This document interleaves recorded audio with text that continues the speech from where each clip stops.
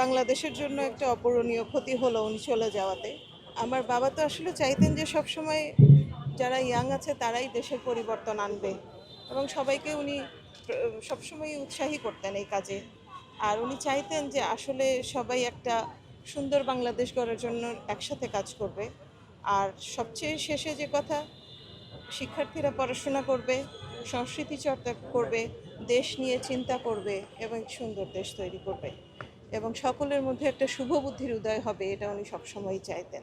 আমার ভাইয়ের মারা যাওয়ার পরে উনি একই কথা বলেছিলেন, সবার মধ্যে শুভ বুদ্ধির উদয় হোক। আমার ভাইকে যখন মেরে ফেললো তখনও আপনারা দেখেছেন উনি একজন অত্যন্ত শক্ত মানুষ।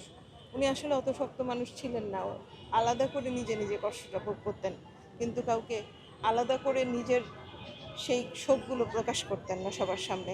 অত্যন্ত সৎ মানুষ ছিলেন, আদর্শিক মানুষ ছিলেন, একজন খুবই অনুপ্রেরণাদায়ক শিক্ষক ছিলেন, সবাইকে অনুপ্রেরণা দিতেন, আমাদেরকেও সবসময় অনুপ্রেরণা দিয়েছেন।